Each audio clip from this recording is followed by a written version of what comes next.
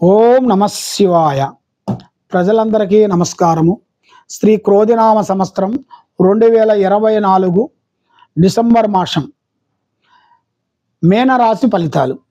ఈ మేనరాశి వాళ్ళకి ఆదాయము ఖర్చు విధానంలో చూసుకుంటే చాలా వరకు ఆదాయంలో 11, ఖర్చులో 5, రాజపూజిత 2, అవమానాలు 4. మరి ఈ రాశి వాళ్ళకి పూర్వభద్ర నక్షత్రము 4 పాదములు, ఉత్తరాభద్ర నక్షత్రము 1, 2, 3, 4 పాదములు, రేవతి నక్షత్రము 1, 2, 3, 4 పాదములు కలిస్తేనే మీనరాశి ఫలితాలు. ఈ మీనరాశి వాళ్ళకి బాగా ఎక్కువగా విద్యారంగంలో బాగా చాలా వరకు బాగుంటుంది. అంటే చదువు పరంగా పెద్దవాళ్ళు చెప్పింది వీళ్ళు ఏదన్నా ఒకటి చెప్పారనుకోండి, అది ఇలా మైండ్లో అలాగే ఉండిపోతుంది. ఎందుకంటే తెలివితేటలు జ్ఞాపక శక్తి ఎక్కువగా ఉంటుంది. మరి వీళ్ళకి ఈ జ్ఞాపక శక్తి ఈ తెలివితేటలు అన్నీ ఏమవుతాయంటే మధ్య స్నేహాల వలన, మధ్య దోస్తుల వలన, కొంత స్త్రీల వలన, చేయాల్సిన బిజినెస్ పరంగా వలన వీళ్ళకి ఆ స్నేహం చెడు స్నేహాలు చేసి వీళ్ళ పరిస్థితి అధోగతి పాలైపోయి మధ్య వాళ్ళ మాటిని ఉండయన్ని పెట్టుబడి పెట్టేసి అధోగతి పాలైపోతుంటారు. మరి ఇలా జాతక విధానంలో చూసుకుంటే ఎంత సంపాదించినా కూడా ఎదుగుదల లేకోకుండా మనసుకి ఆందోళన, వేదన, టెన్షన్ ఎక్కువగా ఉంటాయి. మరి వీళ్ళు ఎంత కష్టపడ్డా కూడా డబ్బు ఎక్కువగా నిలబడదు, వస్తూ ఉంటుంది, పోతూ ఉంటుంది. ప్రజలలో, బంధువు మిత్రులలో వీళ్ళ మీద ప్రజా ఏడుపు ఎక్కువగా ఉంది.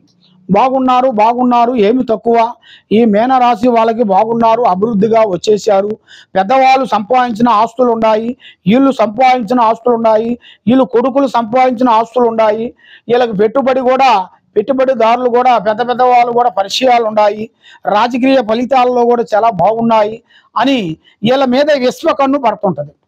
ఆ విశ్వకన్ను పడిన కాడి నుంచి వీళ్ళు ఎంత సంపాదించని గోయిందా, వీళ్ళకి మెయిన్గా గురు దశ వల్ల వీళ్ళకి ఇబ్బంది కలుగుతుంటుంది. గురు దశ అనగా వీళ్ళకి డబ్బు నిలబడుకోకుండా ఉండదనుకోండి, అది గురు దశ వీళ్ళకి లేనట్టుగా. ఇలా ఆరోగ్యం కొంచెం ఒక టైంలో బాగుండి ఒక టైంలో బాగోకుండా ఉందనుకోండి, ఆ గురుదశ లేనట్టుగా. వీళ్ళకి తల మీద వెంట్రుకలు ఊసినట్టుగా అయితే వస్తుంటాయి కదా, ఆ గురుదశ వీళ్ళకి లేనట్టుగా. కాబట్టి వీళ్ళకి ఆరోగ్య విధానాలలో కూడా మనశ్శాంతి అనేది లేకోకుండా పోతుంటుంది. తల్లిదండ్రులను గౌరవించుకోకుండా మధ్య వాళ్ళ మాట వినటం, స్త్రీలతో కొన్ని సంబంధాలు పెట్టుకోవటం, స్త్రీల వల్ల ఇబ్బందులు కావటం, మానసికమైన ఇబ్బందులు కొన్ని ఎదురవుతుంటాయి. దీనివల్ల వీళ్ళకి భార్యాభర్తల్లో కూడా అనేకమైన సమస్యలు, అనేకమైన బాధలు, లేనిపోయిన సికాకులు కొన్ని ఎదురవుతుంటాయి.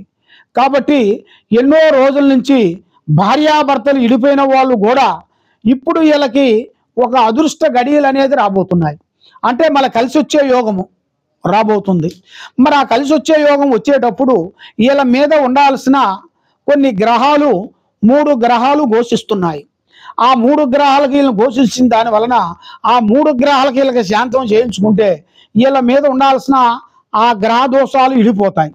ఆ గ్రహ దోషాలు పోయినప్పుడే లక్ష్మీ దశ అనేది ఎదురవుతుంది. ఆ లక్ష్మీ దశ ఎదురైన కానించి వీళ్ళు ఏ పని అనుకున్నా, ఏ కార్యక్రమం అనుకున్నా, ఏ ప్రయత్నం చేసినా, ఏ బిగినింగ్ చేసినా వీళ్ళకి అభివృద్ధి కలుగుతుంది.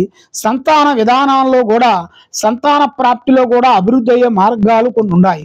కాబట్టి పెద్దవాళ్ళని గౌరవించండి, పెద్దవాళ్ళని వాళ్ళకి గౌరవించి వృద్ధులని కాపాడండి. దాంతోపాటు మీరు ముఖ్యంగా చేయాల్సింది అన్నదానం చేయాలి. అన్ని దానాల కన్నా అన్నదానం చాలా గొప్పది. ఆ అన్నదానం అనేది మీరు తప్పకుండా చేయాలి. చేస్తే మీలో ఉండాల్సిన కష్టాలు, దరిద్రాలు, శూన్యం అనేది తొలగిపోతుంది.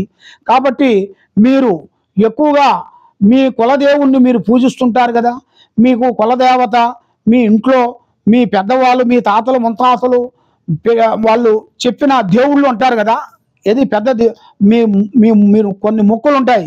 ఆ మొక్కులు కొన్ని చెల్లించని కొన్ని సమస్యలు కొన్ని ఉంటాయి. ఆ సమస్యల్లో కొంచెం సతమతం అయిపోతుంటారు. మీ కులదేవుణ్ణి పూజించాలి, ఆ భగవంతుడు దయ వలన మీరు ఆరాధించాలి, మీకు జయప్రదం అవుతుంది. ముఖ్యంగా శ్రీ గణపతిని మీరు పూజించాలి, ఆది గణపతి. ఆ ఆది గణపతిని మీరు పూజించినట్టుగైతే అష్ట కష్టాలు, దరిద్ర దోష నివారణ తొలగిపోతుంది. మీరు ఎక్కడెక్కడో పోయి జ్యోతిష్యం చెప్పించుకొని ఎక్కడెక్కడో పోయి నిరాశ చెంది ఉన్నారు. కాబట్టి ఈ కింద ఉండాల్సిన నెంబర్కి మీరు సంప్రదించినట్టుకైతే మీ యోగాన్ని బట్టి, మీ నక్షత్రాన్ని బట్టి, మీ జాతక రిష్టాన్ని బట్టి ఎలా ఉందో ఏమిటా అనేది చూసి అమ్మవారి విషయాలన్నీ మేము చెప్పగలుగుతాం. మీకు ఏ సమస్య ఉన్నా, ఎలాంటి సమస్యలు ఉన్నా కూడా మమ్మల్ని సంప్రదించండి. కింద ఉండాల్సిన నెంబర్కి మీ జాతకం చూసి మేము చెప్పగలుగుతాం. ఓం నమ శివాయ.